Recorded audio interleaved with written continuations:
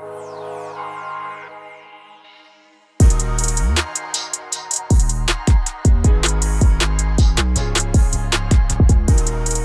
Jordan. Hello, Michael. Is there anything better in this world than an Being energy drink? No. Sorry, what?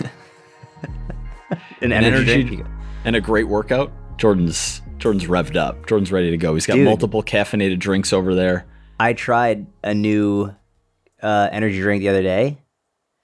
It's going to sound gross. It sounds gross, but it's really good. I had my wife try it. She's like, "Oh my gosh." I think it was a cream soda energy drink. Cream soda's delicious. What brand? I thought it was C4, but I might be wrong. Yeah, those C4 energy drinks, the ready to goes, those are delicious. Dude, absolutely incredible. Yeah. What's your favorite energy drink? Probably the C4 Watermelon Jolly Rancher. Oh, yeah. That makes sense. Those are really good. Yeah. You just have a good lift? Yeah. Yeah, solid upper body lift. Nice. Yeah, man. How you doing? Dude, great. Just got a great blood pressure reading. 107 over 62. Very good. Yeah, dude. That puts me in a good mood. Good BP reading sets the tone for a day. You know what I mean? I know that it does that for you because I know that a bad reading would do the opposite. Yeah. Had that for months. Bad readings, months on end. I was like, fuck, I'm about to die. Yeah. But I didn't die yet. Yeah, bad reading ramps up fear, mortality risk. You don't want that. Good reading, good mood for Jordan. Dude, that's right. What's going on with you, man? Fill me in. What do you want to know? I woke up today about 5:15. It's hard to fill you in when you're looking at all those tabs over there. Well, just I was FYI. getting a call from someone who I thought I blocked. This dude. Wait, we got to hear this story.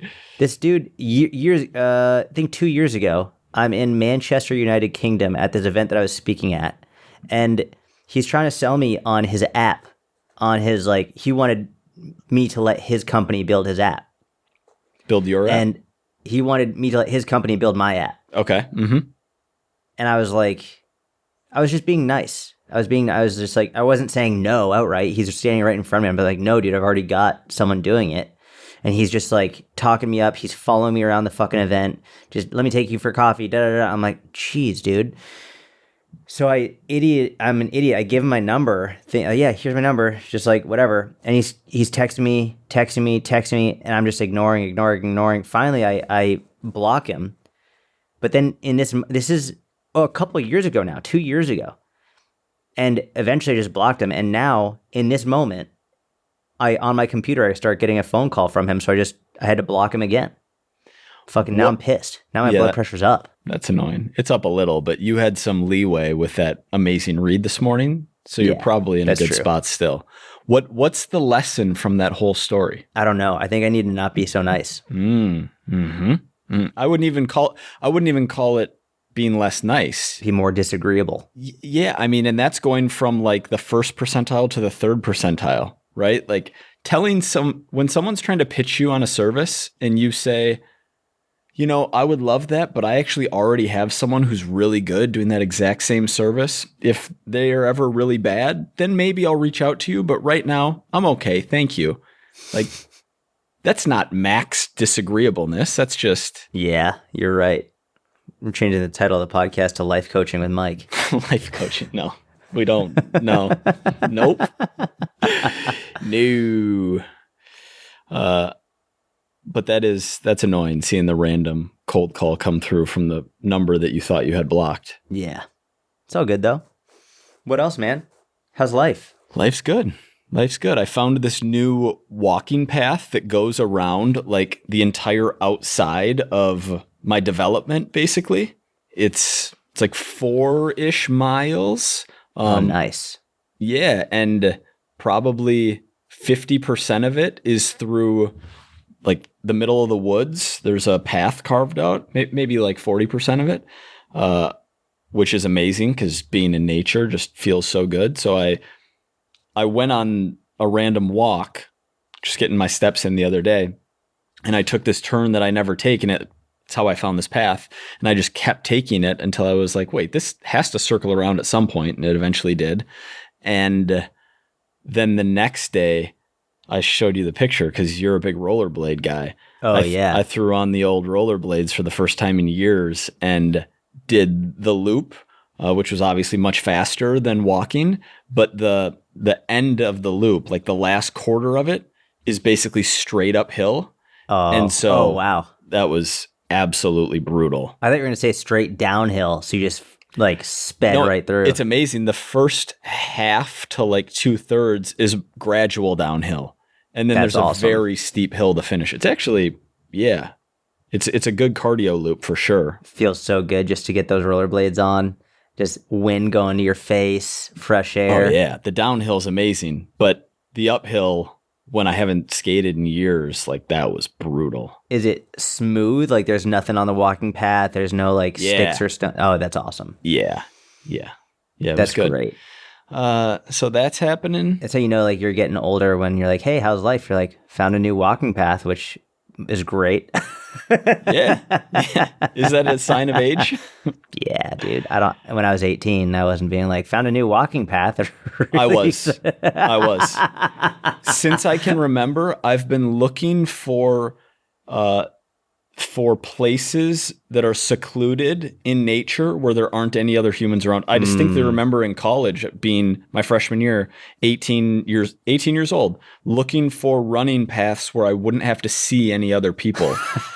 And I ended up just running at like midnight at this. It was actually pretty dangerous in hindsight. There's a path in Madison, Wisconsin that goes to an area called Picnic Point. And like the first mile or two is on campus, and then there's a mile or two that's literally in the woods. And I would do that in the middle of the night. And it was probably, that's awesome. There's like these rape buttons. That's what they were called. I had no idea what you were going with. Okay. Yes, just in case someone is, yeah. Yeah, so it literally, there's every so often on the path, they're lit up and you hit the button and authorities come, which is pretty cool. But you never had to hit it. Thank God. I wouldn't have hit it. I would have. I would have taken my medicine. I probably would have hit the button. Depends if he was armed or not. Depends how close you are to the pole. Depends how close you are to the pole. Also, being male and being above average lean body mass, I'm much less of a target for someone like that. Yeah. Dude. So this isn't a sign of age. That's just who you've been your whole life. That's exactly right. You're not a big walking path, isolated, no people guy. I am now that I'm getting into my mid-30s. I love seclusion, nature, taking my dog on the hiking trail we've got here. Remember the hiking trail I took you on? Do you ever take your dog on the... Yeah, I do. I loved that. Do you ever take your dog on that walk without any inputs or stimulation? You know the answer to that. Don't ask questions. You know the answer. You know the answer to that. The way you set up, like, I'm a big seclusion guy. I'm a big... Yeah, dude. I'm a seclusion with myself and my audiobooks. I love that. Yeah. Audiobook and phone call are your main two signs of stimulation while walking? Yeah. Just like, types of stimulation. When you and I went on a walk there, I didn't have any inputs outside of just like that camaraderie. Yeah.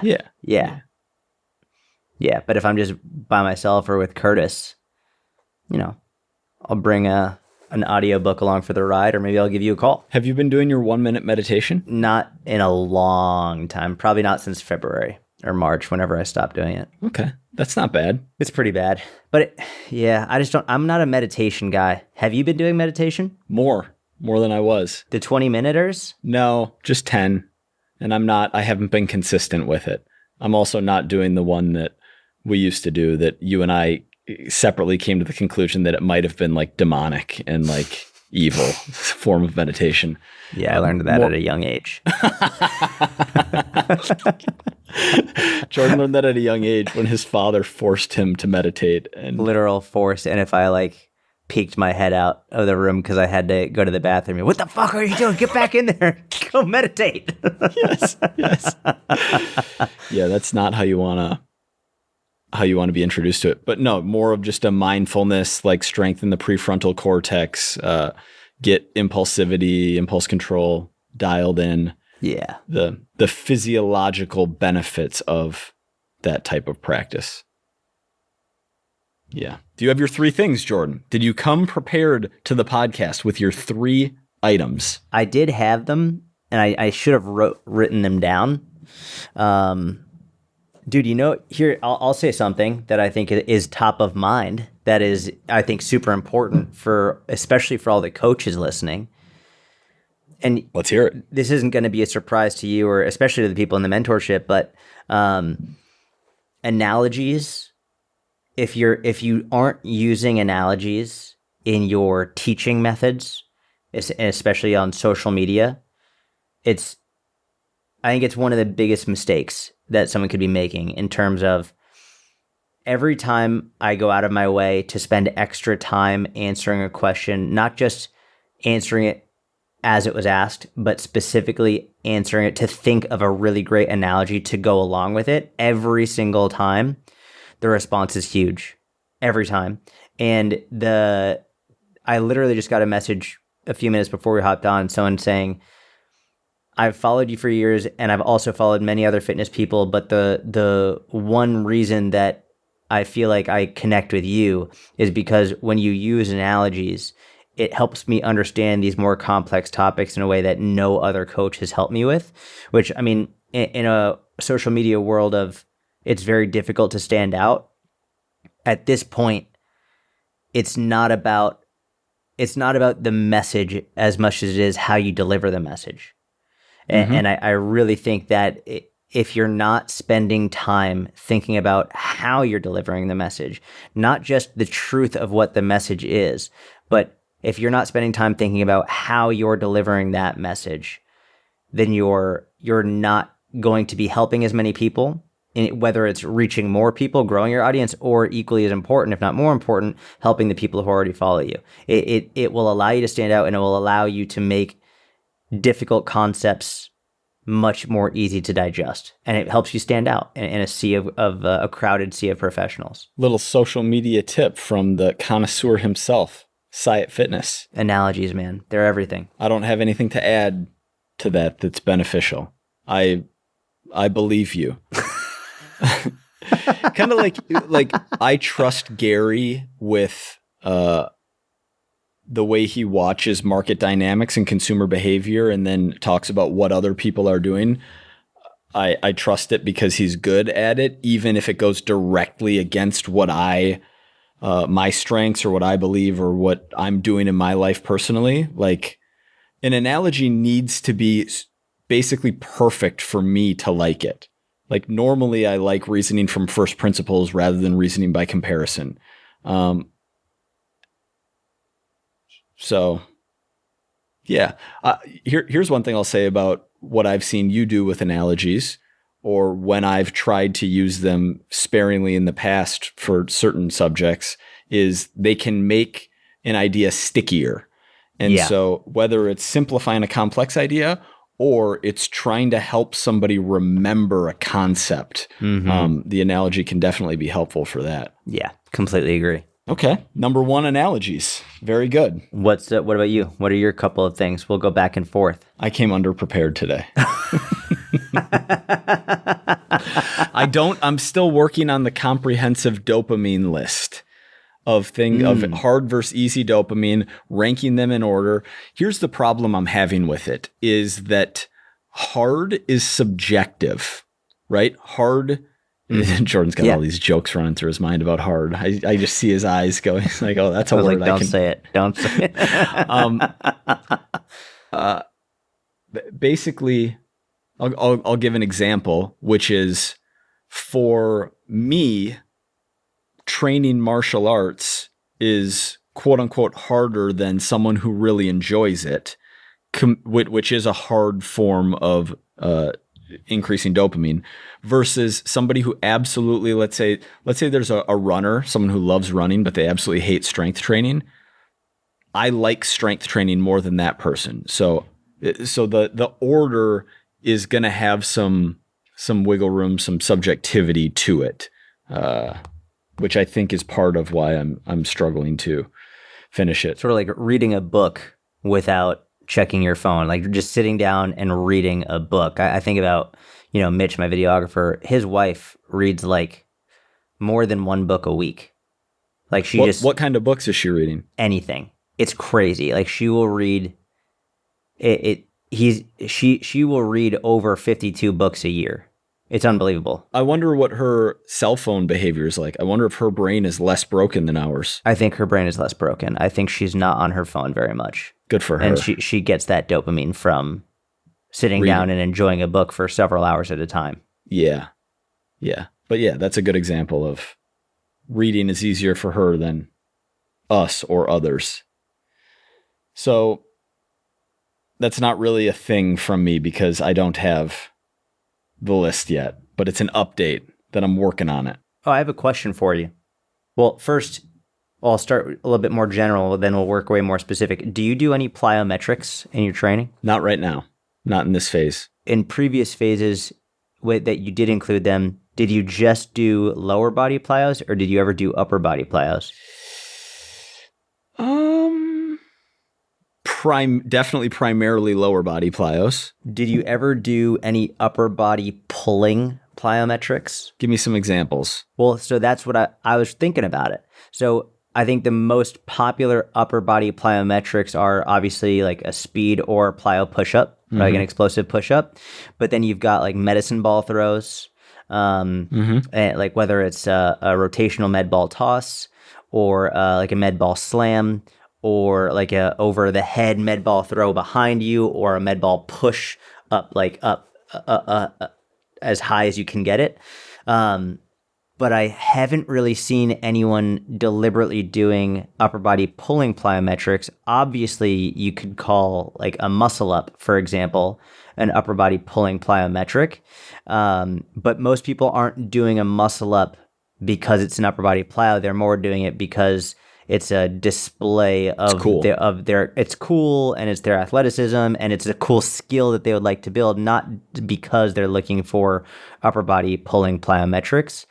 And I've been looking a lot more into plyos, and like I really love the lower body stuff, but I've been doing explosive upper body pull-ups, not muscle ups, but just doing like explosive upper body pull-ups. And I was thinking, I feel like this is something that from a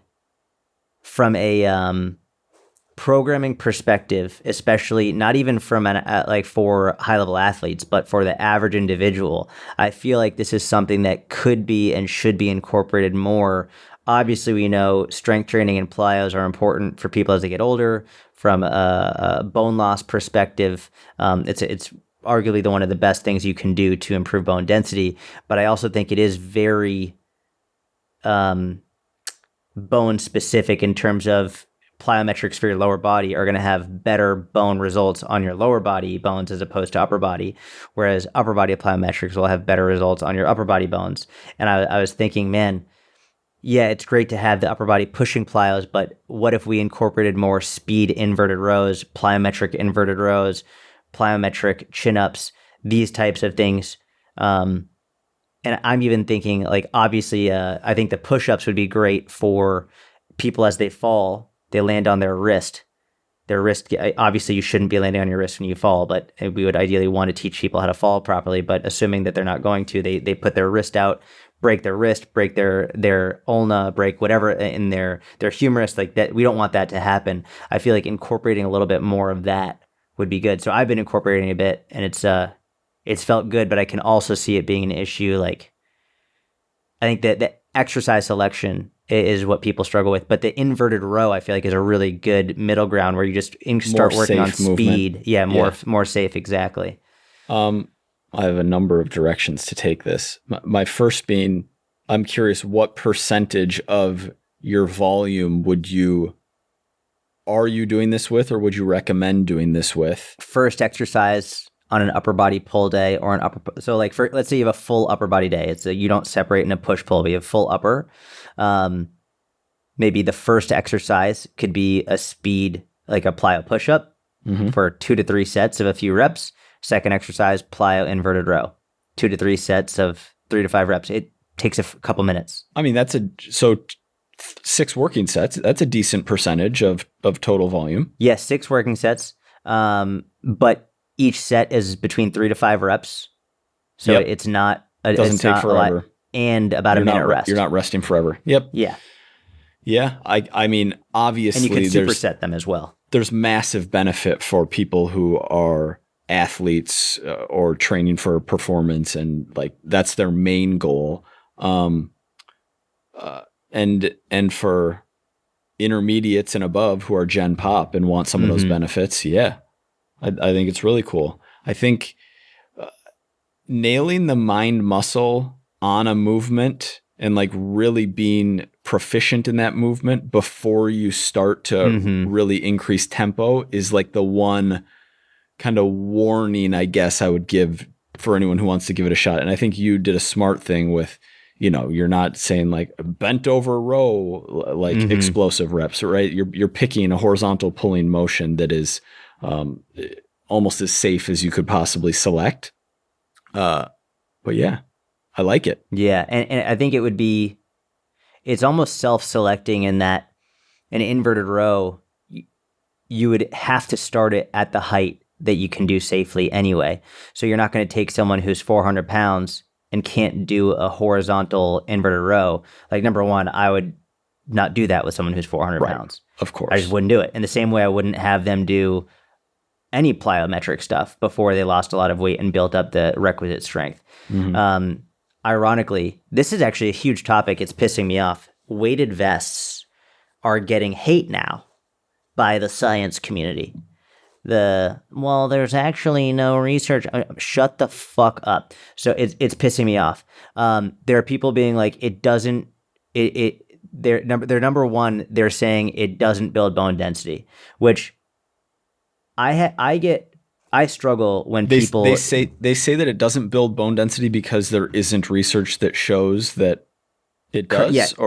Currently, they're saying, well, none of the research shows that it, and they're critiquing the studies that have been done. Yeah. Which I'm like, that's fair, but for you to say it doesn't, based on the current research, which is minimal at best and not super well designed, is quite a statement for someone to make, especially when we have a significant amount of research showing that people who are overweight tend to have very good bone density. It's like for you to, just because the studies that have currently been done, which is not a lot and not super well done, don't conclusively show that. I think if we look at the overwhelming majority of research on overweight or obese people having very good bone density, like as long as they remain active, that's enough for us to say, okay, like that, there's probably a benefit here. But then we could even take bone density out of the equation. We can even be like, okay, let's say someone wants to get into a higher zone, like zone 2, zone 3 more quickly. Boom, weighted vest. Like there are other benefits outside of bone density that are super helpful here. But I don't even know how I got on that, but I wouldn't have a very heavy person not strong enough starting off with plyometrics, whether it's lower body or upper body. But once they've built up the requisite strength and they're in an appropriate weight range, I think getting some speed-based work, some plyometric work for both lower and upper is probably something that I would imagine we're gonna see the industry shifting to over the next 5 to 10 years. And it doesn't have to be a lot. Just a little bit as we're looking to optimize health span as people get older. Prediction, 5 to 10 year prediction. I like it. What was I going to say on the topic of weighted vests? Oh, that's like a subset of very sciencey people in general, is if basically when you're relying 100% on the studies that have already been done,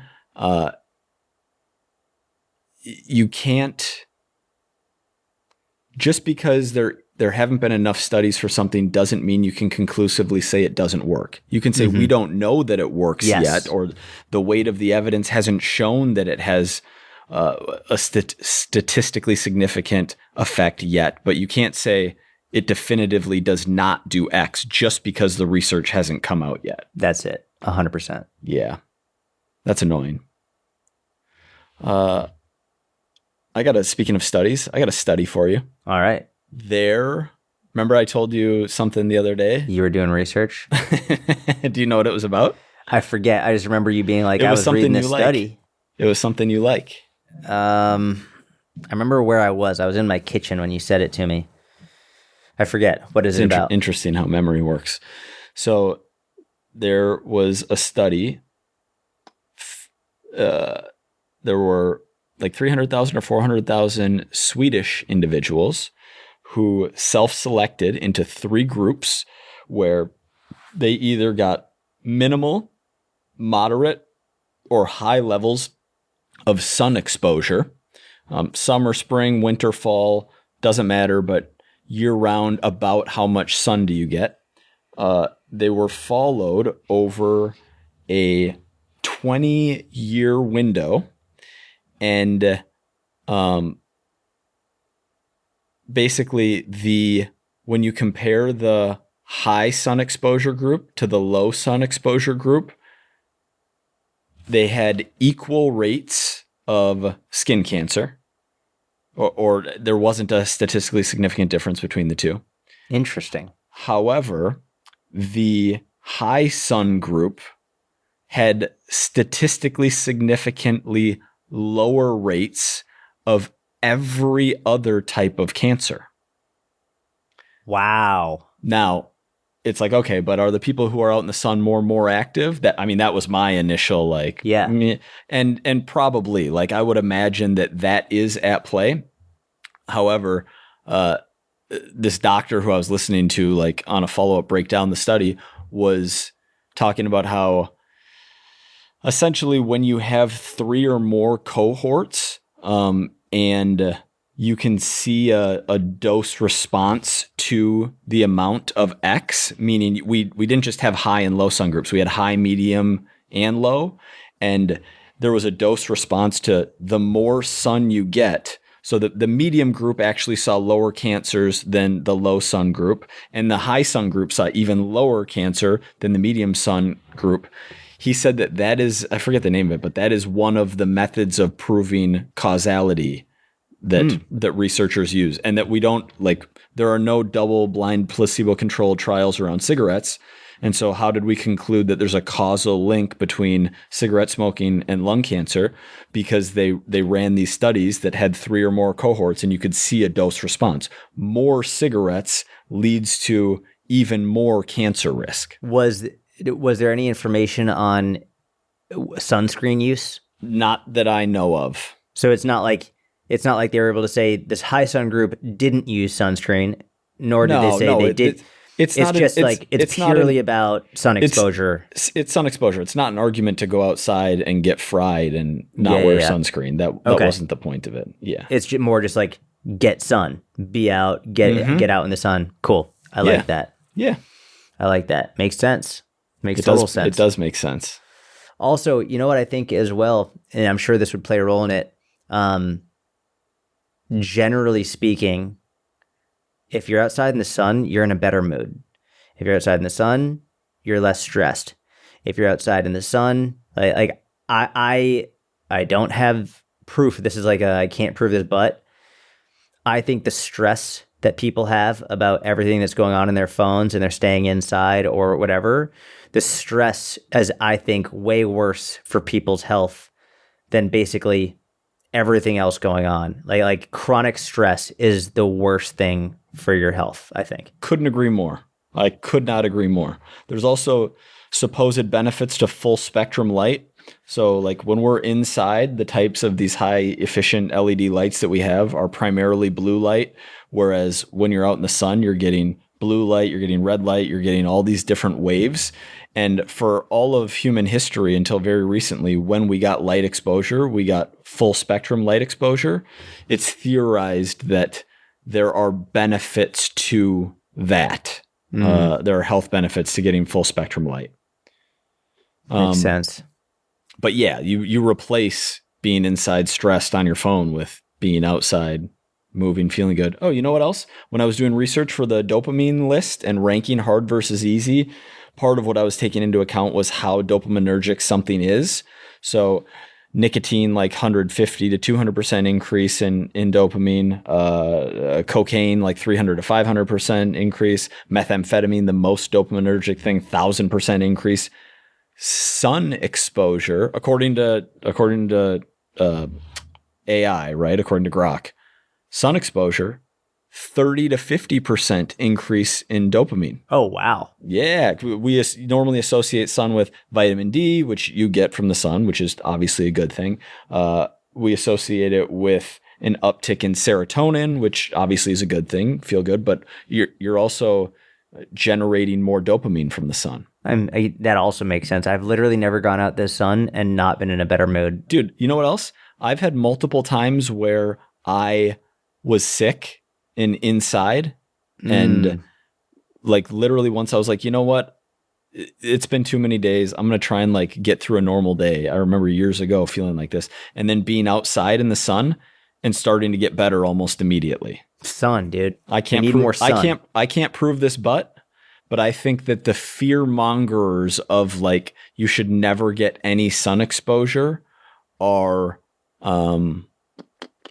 going to be wrong in the long run. I wonder how many of them do that because they think the sun's going to like make them look older. Probably a lot. I know a lot of people get really worried about like wrinkles and stuff, and like they won't do stuff because of wrinkles. And I'm like, that's crazy. And then they say that you shouldn't do that because you're going to look older. It's like, yeah, I don't know. Which is sad because we're all aging at all times, and that's not a bad thing. Yeah. You said Grok. It made me think about, because I've been playing with Perplexity, because I got a bunch of people being like, Perplexity is it, and they had convinced me Grok is the best by far. Wow. Wow. And if I'm ranking right now, and I've been only using Perplexity, I've only been using it for a couple weeks now, but I would say Perplexity is the lowest from my experience. Then ChatGPT, then Grok. Why is Perplexity the lowest? I haven't used Perplexity at all. I've only used ChatGPT and Grok. It really actually comes down to the way that it communicates. So it appears to me as though Grok has the best conversation, and it is the most responsive to the intricacies of what I ask of it. It's much more aware of how I'm phrasing something, what exactly I want to get from it in terms of its response. And then it seems to take more care and effort to give me the depth and the nuance and the type of response I'm looking for. Whereas ChatGPT actually does a pretty good job of that as well. I don't think as good as Grok. And so far, Perplexity has been the worst. And it's I talk shit to AI. I'll be like, that answer sucked, whatever. And when I say it to Grok is like, that's fair. Let me try again. I say it to Perplexity, and it just, I don't know. I don't like how it responds. Who owns Perplexity? I have no clue. Let's ask Grok. Oh, I even told Perplexity, I said, Grok is way better. Perplexity is a privately held company founded in 2022 by Aravind Srinivas, Dennis Yaratz, Johnny Ho, and Andy Konwinski. President. It's distributed among its founders and investors. Jeff Bezos is an investor, NVIDIA, Databricks, Nat Friedman, Elad Gil, and others, with the company raising over $1.5 billion in funding, valuing at $18 billion as of July 25. That's fascinating. I got the exact same answer, except the name after Nat Friedman, it didn't give me that one. Elad Gil didn't show up? No. That's interesting. It's also an Israeli name. That's very interesting. Yeah, that's the very Israeli name. It knew you would like that. It might have. Bro, I'm not kidding. I was reading along while you were reading it, word for word identical, except for that name. That's weird. Yeah. You should ask, why didn't you say Elad Gil? Be 100% honest. Why didn't you include the name? How do you spell it? Eladgil. Gil. In your answer above, parentheses, you gave my friend an identical answer, except that you included Gil. You gave my Jewish friend as well. Should I say that? No. That might be relevant. It might be.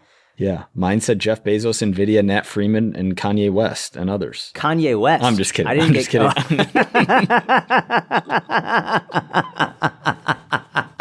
I appreciate the call for honesty, and I'm happy to clarify. The omission of Elad Gil in my initial response was an oversight due to the way I processed information.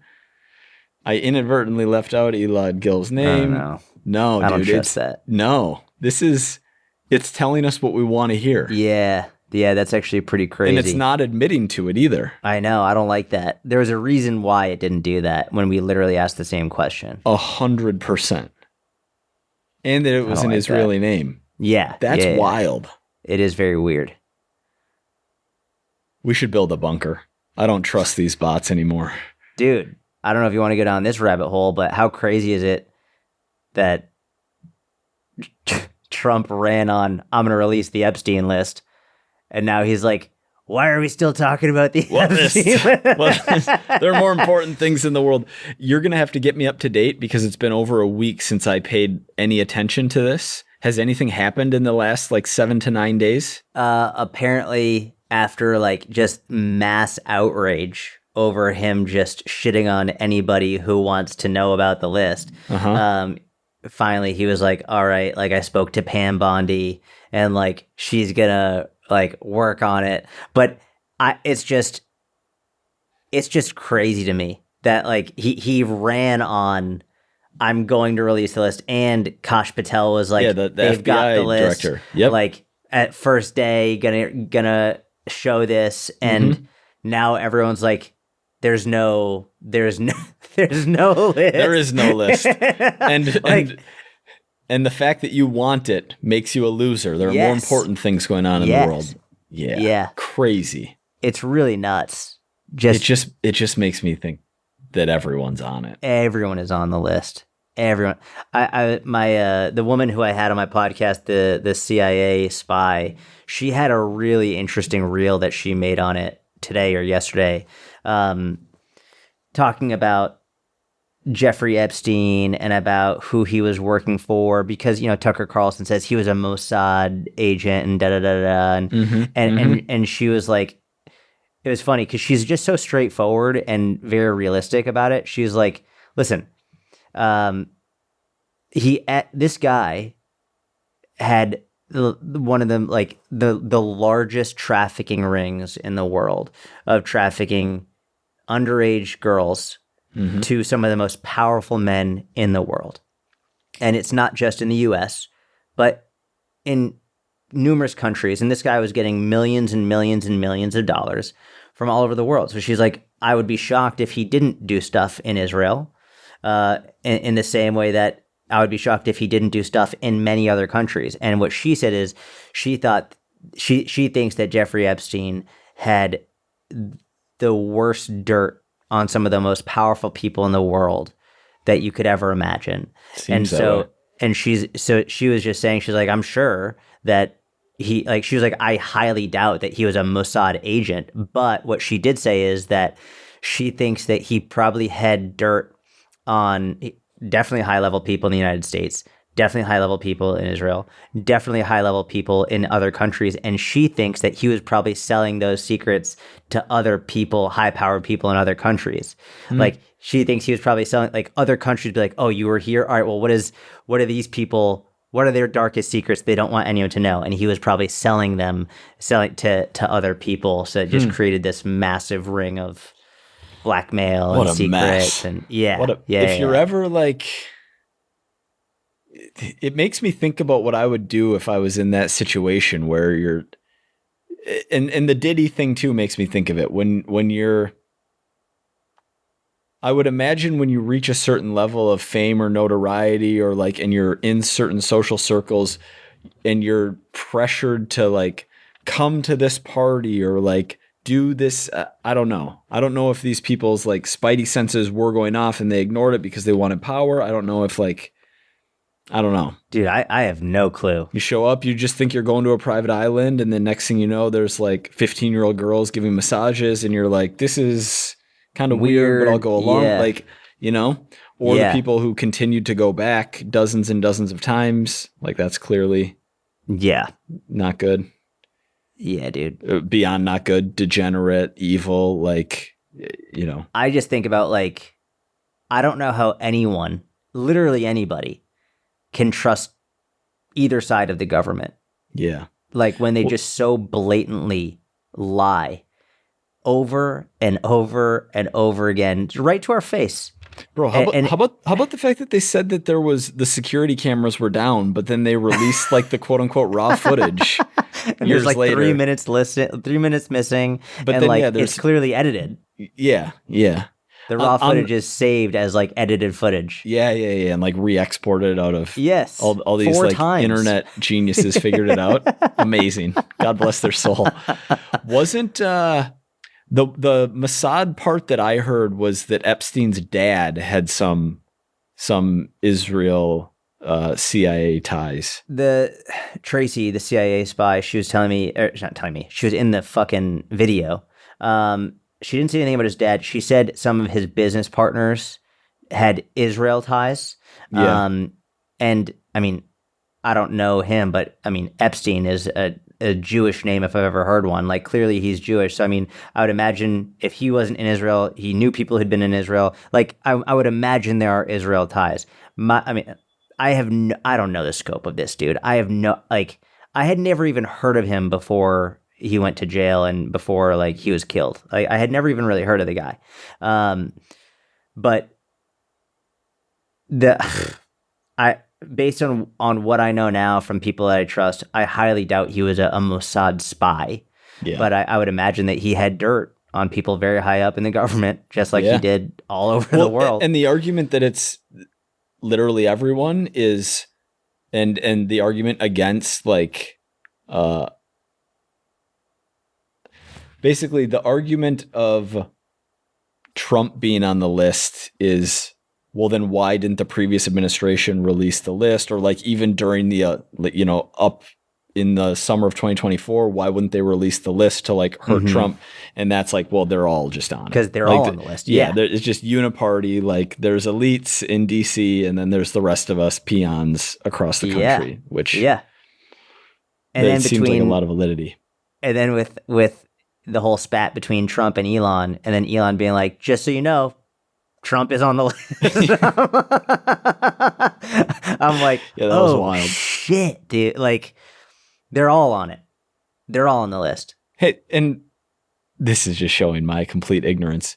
Is the list like flight logs of everyone who went to his island? Or is the list like people who the FBI knows, like did stuff with underage? Like what is the list? I would imagine the list is just a whole bunch of evidence, right? Like obviously there isn't just like a notebook with names of people. I would imagine it's flight logs. I would imagine there's videos. I would imagine there's testimony. I would imagine there's pictures. I would imagine there's just like I think of the list in the same way I think of like, okay, someone is murdered. Okay, there's not just like a list of who the murderer is, but it's like, listen, we can gather all this intel, we can gather all this data, we can gather text messages, emails, phone calls, flight logs, pictures, videos, testimonies, and we can be like, okay, like this dude was there 14 times in 3 years.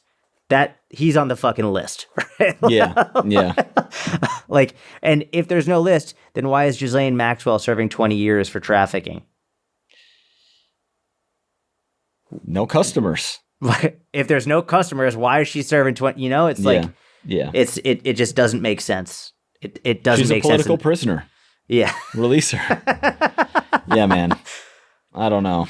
I don't know how anyone can trust any government. I just don't get it. And I get really upset about it because each side makes it appear like the other side is evil. And the more that they do that, the more that the corrupt politicians are winning, because that's what they want. The more that we're fighting amongst each other, the less attention is on them. Mm-hmm. Yeah. Right? It's like the more that they can make us fight and call the other side evil and get in the streets and get in each other's face and post angry stories on Instagram and be like, you guys sucked. It's like, okay, the less we're focusing on the actual horrific shit that they're doing in broad daylight. Yep. Are we still talking about the list? What list? There's no list. And then when he was like, with everything going on in Texas right now, with all the floods, you want to talk about the list? It was like passing it off as like using this horrific tragedy to then make it seem like we're bad for wanting to know about this list that you ran on. Bad people. Yeah. Insane. I saw this this dude, Charlie something, I forgot his last name, I'm blanking, but he was on the Tim Ferriss podcast recently, popped up on my YouTube. I might have saw a clip of it somewhere and thought it was interesting and listened to the whole thing. It actually was very interesting. He mentioned somewhere, maybe not in that interview, maybe it was somewhere else, this term, and I'm forgetting the term, so I'm really just not bringing it on this topic. However, the punchline was, are you like, do you firmly stand for something, like with love and like because you want that thing or desire that thing or want that outcome, or are you just standing in opposition to the other side? And I think about that a lot in politics when you see like, and I'm going to give two examples, one from either side, like in this, and I don't know why we're just talking about politics here on this podcast, but whatever. We spoke about plyometrics pretty early on. Yeah, we did. Plyometrics and Epstein. But basically to give two examples, one being, a lot of the conservative content, I guess I would see in 2023, 2024, like leading up to election, was on trans issues. So it's not like a stand for a vision that they really have. It's a stand against what the other side is doing. Mm-hmm. Similarly, you'll see a lot of like wealth inequality complaints from the left and like hate of billionaires. But it's not really like, I genuinely want to help these poor people. It's, I just hate the billionaires. So it's not fair that I don't have that and they do. Yeah. I wish I had the term that he used because it's an actual term, but it's basically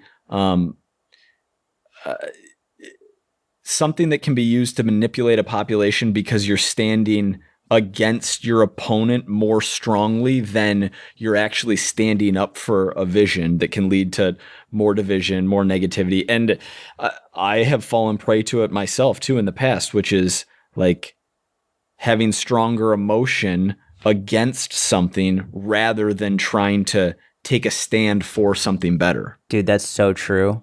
That's unbelievably well said, like ridiculously well articulated. And we even see it in the fitness space on social media where it's like people will take a video, and I've done this myself, they'll take a video of someone else saying something and then they'll rip that video apart.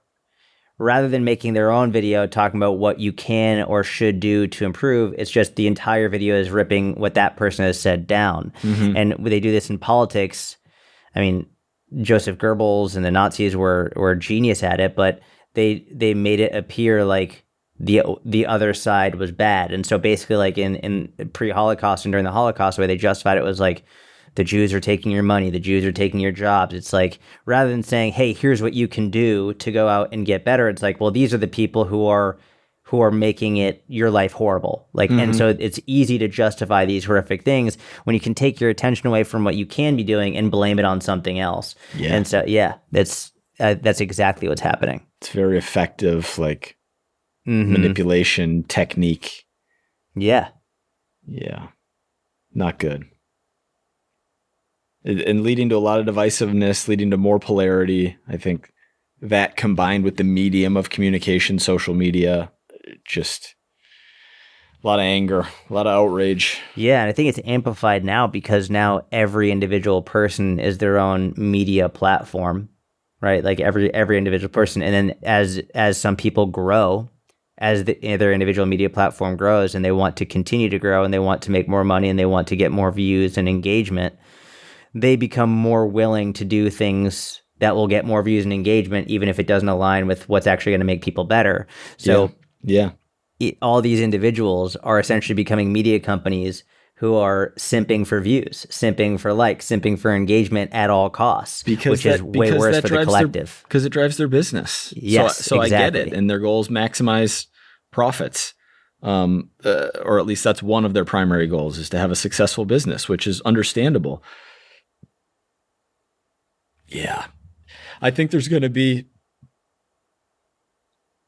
it's going to go one of two directions, and it might actually be both. Like there might be a real split in the population between like people who just get viscerally sick of the online discourse, and it's probably already happening, and become very offline, right? I've seen a decent amount of like the future is offline. A lot of people like getting into more in real life stuff, especially post COVID. I've seen more of it versus the like, I'm going to integrate myself with AI and like become a computer and like, and Yeah. live online, like be fully online. And it'll be interesting to see how that split, if that split happens, how that split happens. I think if I had to make a prediction, the way that happens is the people who more integrate with technology are going to be the ones ruling, and the people who Society. remove themselves, maybe like I think individually they'll be like doing their own thing Better off. and maybe potentially happier, better off, but they'll be living under the rules of those who control technology. It's also the technologists have the advantage in that the technology has become so addictive that all of these consumers of it, like, you know, back to the dopamine list, forget the Epstein list, back to the dopamine list, like think of all of the things that are so difficult for us to avoid. I just have a hard time seeing significant swaths of the population make the conscious choice and be able to sustain being offline. No, unless you're living in an Amish style community, or even it's just not possible. Mostly offline, right? Like the But I think, addictiveness like, and future increase in addictiveness, I think just leads to more people online. yeah, and whatever constitutes mostly online is going to change so much, right? I mean, now a flip phone, if someone has a flip phone, they're considered mostly offline, right? Like they're not on smartphone, but eventually a smartphone is going to be considered mostly offline. Like, I think the progression will be, I mean, oh, you've got a smartphone and like you don't have contact lenses in your eyes all the time, or like a fucking chip in your brain that is just constantly streaming this. Like, I think realistically, that's where we go. We already have glasses. I think I've got meta glasses. I don't You know? Yeah. I think that's still in the realm of prediction and not certainty though. Like Agreed. I don't I it's agree. not en masse enough to say like that's for some people say that is where we're going. I think it is where we're going. I'm pretty certain, only because, like, listen, I got the meta glasses. They're basically just sunglasses that you can talk on the phone and ask questions to and take pictures and videos. But then there's also the AR goggles that, like, there are videos of people in New York City walking around the city with their fucking goggles on their face, like, that take up half their face. And so they have a screen on their fucking face all day. And I think that's those people, the ones who adopt that and are going to progress more quickly. They're going to have, in terms of business, in terms of technology. Why will they progress more quickly having goggles on walking around? And I guess, do you think that the majority of the people wearing these goggles are going to be producing with the goggles or consuming with the goggles? Like right now, the people who are on their phones more aren't out producing the people who aren't. A small percentage of the people on their phones a lot are the producers, and the overwhelming majority are Aldous Huxley, Brave New World. Like they're just taking the pill every single day over and over again. I want to feel good. I want to feel good. Unconsciously grab my phone, feel good, scroll, scroll, scroll. That's the majority of people. They're not winning. They're You're getting right. used. It's probably my bias because you're a create creator. a lot. Yeah, that's my bias. I'm just assuming, why the fuck would anybody be on their phone all the time if they're not creating? But like, you're right. That was my own bias. And I think they're gonna. So I still think you're right in that people will use the new technology to be even more successful in business. But I think the majority of people on that technology are going to feel worse as a result of using it, which is why I think that there's a chance that there's that split to like a more offline crowd. I mean, I think that would be great. I pray that's what happens. Yeah, we'll see. Do you think people in your no, I'm not going to say in your lineage. Do you think within 2 generations someone will marry a non-human? Do you think do you think your grandkids or great grandkids will marry a a non-human? Like my actual grandkids or great grandkids, or just someone in general in the world? Both. No, not someone in general. Yours. No, my grandkids or great grandkids. You're like, not under my watch. It is now going to be my mission to make sure that absolutely never happens. I mean, I think there will be people who try and do that.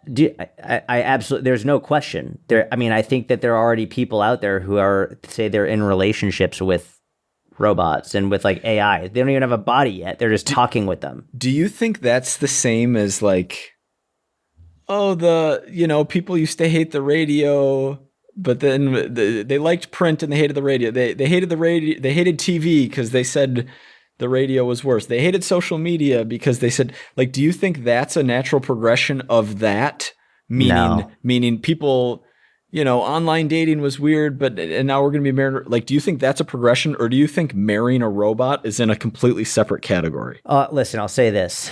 I'll frame it this way. I think there's a small subset of people, and even I think more kids, but there are some small subset of people who they call themselves furries, in which they actually pretend to be a fucking animal, right? And like, there's some crazy people who like think that a very small subset, very small, but there's some crazy people who are like, we should give these kids litter boxes and have them in school. And I know this is true because there are teachers who follow me who tell me that like this has happened in their school. I think that there will be a small percentage of people that like think that this should be okay and that it's normal, but the vast majority, even the people who are like not so bothered by it, I think the vast majority will be like, that's fucking weird. Like, cool. That's just cool. So it's not going in the category of like interracial dating or using like these aren't things that were once weird that become completely normal. This is separate. This is like something that might exist, but is going to be fringe in your estimation. Yeah, correct. Yeah. Oh, do you agree or disagree? I hope that you're right. But what do you desperately predict? hope. What do I predict? I think it depends who wins the war between good and evil in the century to come. Truly, I do. Truly, I do. Yeah.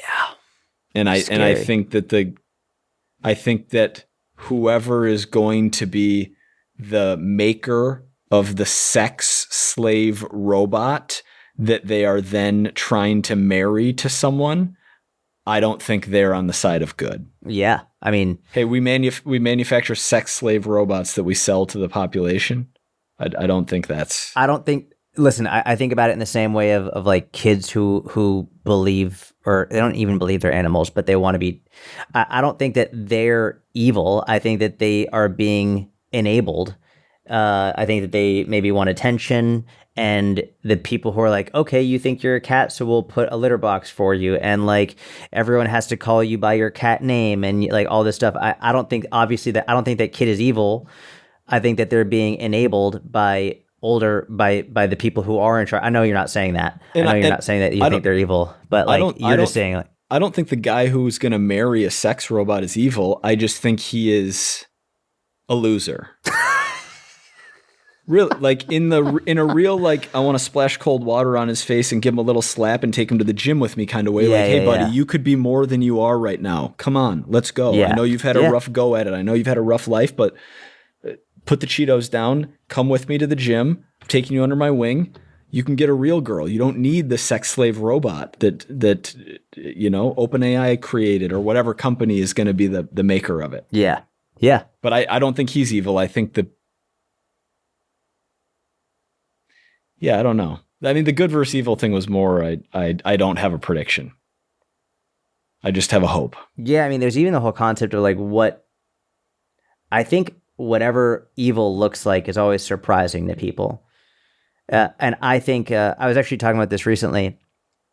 There's a line between empathy and enabling that is a very important and decisive line, that you go a little bit too far over the empathy line and you go into enabling, and it becomes a very dangerous thing. And we like, I think it's a lot of times enabling is done from a place of empathy, And because you don't want to hurt their feelings, you want them to be happy. But after a certain point, you're hurting them by not putting your foot down, by not telling the truth, by not holding them to a higher standard. And we see this whether it's drug addiction, alcohol addiction, whatever it is.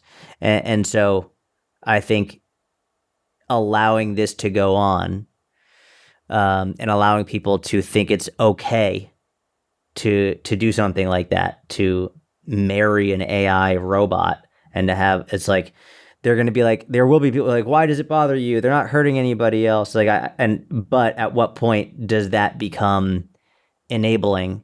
And it actually is hurting them. Like, that is actually hurting them as an individual, as their mental health, their emotional health. It could be hurting many, many, many different things. And there will be people who say, why does it bother you? Live and let live. And I agree, like, we can live and let live and also be honest and say, this is not good for their health. This is not good for them or for society at large. That's a really good point. That's well said. I'm with you on that. There are also instances where evil is not gray and is not confusing and looks exactly like you expect it to, because something popped into my head. I'm debating even saying it. I'm going to. I saw something about a woman who offered her 7-month daughter to someone on Snapchat, a man on Snapchat, to have sex with her daughter for $400. And I'm pretty sure that, and Snapchat, it like came out from this, that Snapchat is like looking at your content, because Snapchat flagged it, sent it to the authorities. Authorities went and got custody of the kid. But sometimes evil isn't what you think it looks like, and sometimes it is. Yeah. Sometimes it's staring you right in the face. You know exactly what it is. Yeah. Sorry to end the episode on such a grave note. But also, I mean, that brings up a really good point. And we could even go, it's like, that act is obviously the most evil of the evil, right? Mm-hmm. But in the same breath, like, if you don't know who that woman is, you see that woman with her child at the grocery store. She looks just like, you know what I mean? Like, you don't know what evil looks like. You have no clue. Yeah. Like, you. Yeah. But good like, point. you just have no clue. And there's actually a big issue right now. There's a lot of kidnappings. So, for example, there's a big thing. I've been talking with my wife a lot about it, where women have rightfully been very on guard around men in public areas for a number of reasons. So, what a lot of these kidnappers have been doing is they'll use a woman to lull the woman into a false sense of security. So, for example, there have been numerous stories of these kidnappers will park next to a woman's car, and then a woman partner of theirs, knowing what they're doing, the woman, like, let's say that the mom is carrying a child or with a child, the woman will say, hey, I dropped my credit card under my car. Would you mind getting it for me? I'm happy to hold your baby while you get the credit card. And if the mother gives them the baby to then go and try to help this woman, they take the baby, put it in the van, and run away. Oh my gosh, get your credit card yourself. Exactly. And I talked to my wife about this. I'm like, number one, you never let anyone hold our children, ever. Number two is, it's really important for you to be okay being rude to people. Yeah. Like, I want you to be okay being like, get loud, step back, don't touch me. Like, generally speaking, I don't think there's any reason for anyone to be asking a mother with a child for help. In any circumstance, you can always find someone else. You don't ask a mother with a child. If anyone is asking you for help and you're with your kids, immediately red flag comes up. There's no reason for them to be no, sorry. And I wouldn't even, I'd be like, no. Get the fuck away. And so there are, to the point of evil looks just like you and me. Like, you have no clue. And obviously that act is evil, but we don't, like, she could have been at the grocery store earlier that week. People saw her with her kid and, oh, your baby's so cute. And they have no clue what's going on behind the scenes. Yeah. Yep. Great episode. We'll be back next week. Please leave us a 5-star review. Subscribe on YouTube, Personal Trainer Podcast, if you haven't already. Like the video if you're watching on YouTube. Comment. We see our comments. We read our comments. We have a mentorship Q&A. We got some great questions this week. It's going to be good. Have a good one. See you next week. See ya.